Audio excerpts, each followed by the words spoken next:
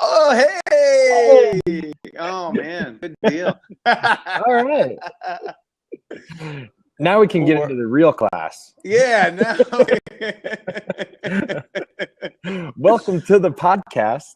Yeah, no, it's he's got it recorded here. We're good. Okay, cool. Good. It's going to be harder to hear your side, but we'll do the best we can. So back to Frozen. So these people now they owe nothing, or they owe $100,000 or $200,000, but usually significantly less. The mortgage debt is not really consequential to them, forcing them to sell, which makes them the toughest kind of seller because they are unmotivated sellers. Because the words that I hear when the first thing they say when I sit down is we don't have to sell. Yeah. And what's the second thing they say? We don't have to sell. Nice. I'm not. This is model home. Right? I'm not fixing anything. I'm not fixing anything, right? Yeah. Like what I want to do is I want to trade in my old crapper, right? Like I want to trade in my dated original, perfectly kept condition. They're in good condition home, and I want to get one of those new shiny ones. I just need somebody to buy my old one for top dollar. Yeah. Right? Well, and right now, because you know what, I want top dollar for my house, right? So yeah. And if your marketing can't bring them in, then we'll get someone different. Agreed. It's not easy, Phil. It's not easy. Definitely not. So as we're meeting with the people and they don't want to change anything, I mean, I feel like they're being influenced by the headlines that say that the overall marketplace is improving. And so they feel that the houses that they have are actually appreciating, when I think you're saying is that that's not the case. Well, I mean, it's Phil. It's right. I mean, does that look like it's appreciating? I don't know. What is that chart? No, this is the 15-year history from 2013 on. It's been kind of flat. Now it did appreciate. So that's is that just luxury, or is that? Oh yeah, I'm sorry. If you can see down in the corner there, we're only looking at homes between 500 up to 2 million. It's not what happened is the market appreciated, got people excited, and then it's been kind of flat since. But it just hasn't gotten back to where they hoped it would be. Right. So what advice do you give people that are in a larger luxury home, that are trying to both fiscally downsize and house downsize? If they want to list it for 20% more than it's worth, go with the other realtor. Right. I mean, the thing is our challenge in our marketplace is there's plenty of realtors that will list it. And fact of the matter, if you need listings, I get it, I understand, but no, we have a different principle, that, right? So what we're trying to help people get top dollar, and we're explaining to them what the house needs to have to get top dollar, and then we're helping them execute a plan and then marketing the hell out of it so we can get top dollar for them, Phil. Right. But it's a tough conversation. I mean, this conversation actually, let's turn the corner on this podcast into how can I use this to help my business, right? So if you're a realtor out there and you're seeing that this is happening in your marketplace as well, I mean, Sibbach, how can they use this information that you're sharing in order to help their business? I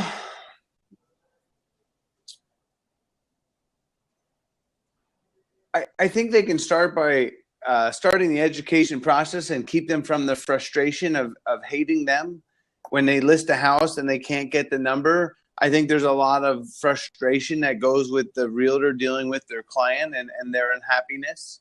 And I think that educating them sooner, and I think it's being educated on what will help them get the maximum dollar, so you can at least help them with a game plan. I think it's going to change the role of the realtor personally, because it's that huge of a class Right. And I think it's something that we use in our marketing messages as well, because we try to talk to people more specifically. What happens? Sorry, that phone rang. Did you see that? I heard it. Couldn't see it. Yeah. Okay. But right, we adjust our marketing messages so that we're talking to people more specifically instead of just the general, is it time to sell? It's more of, is it time to downsize? Is it time to reduce your overhead? Like when we're going after neighborhoods that have a larger percentage of baby boomers, we adjust our messages to be more effective in those neighborhoods. You have to. Well, the thing is the closer your marketing message can match up with actually what their thoughts are, the more response to that marketing you're going to get. So, right. Yeah. No, I mean, we help educate realtors on how to even adjust their overall strategy, as these people need help, right? They have full-time jobs often, or full-time lives, and they may need help going through this process and helping them bring in professionals. Nice. Cool. Good. What else you got? What else you got in your notes there, Sibbach? I mean, that's really it. It's just to me,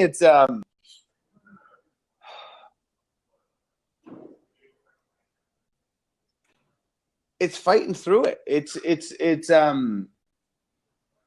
to me, helping people get closer to their dollar amount helps them see through and get out of the situation. Because honestly, letting them stay in a house longer, as it gets older, it's actually going to depreciate in value. And that's although a tough conversation, but when that appliance is older, they're going to have to do it sooner or later. But they wait and it's flat, then it just means it costs more money over a longer time. So you're actually doing them a disservice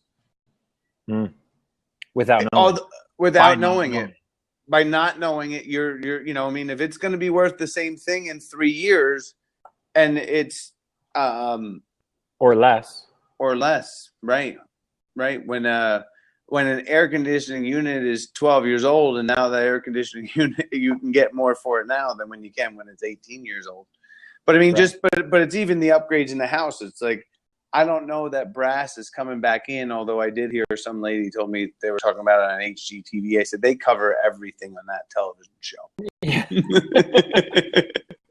So Carol, I see Carol is watching as well. Do you want to jump into the open seat here, Carol, and let us know? Are you a realtor? Are you let's see.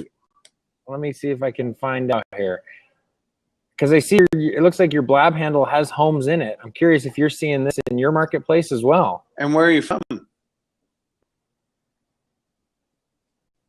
And Jen, if you got something to say, we'd love to see you. Yeah, what questions do we have from our audience, right? I did see, Jeff, that our Facebook followers said that they could not log in order to watch this. Something about Twitter not letting them or something. So I told them we'd record it and post it to the podcast afterwards so that they could all participate. Right. Does that mean that we should probably do the back end of the show now, the front end of the show at the back end if we didn't record it? Sure. Yeah. Okay.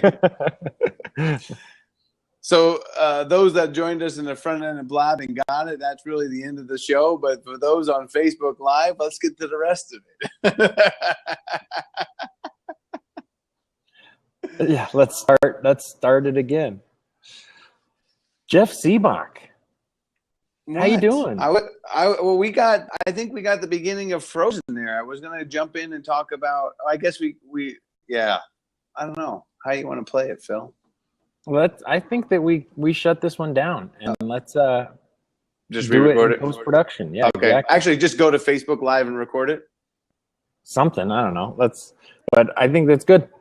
All right, cool. I'm out of here.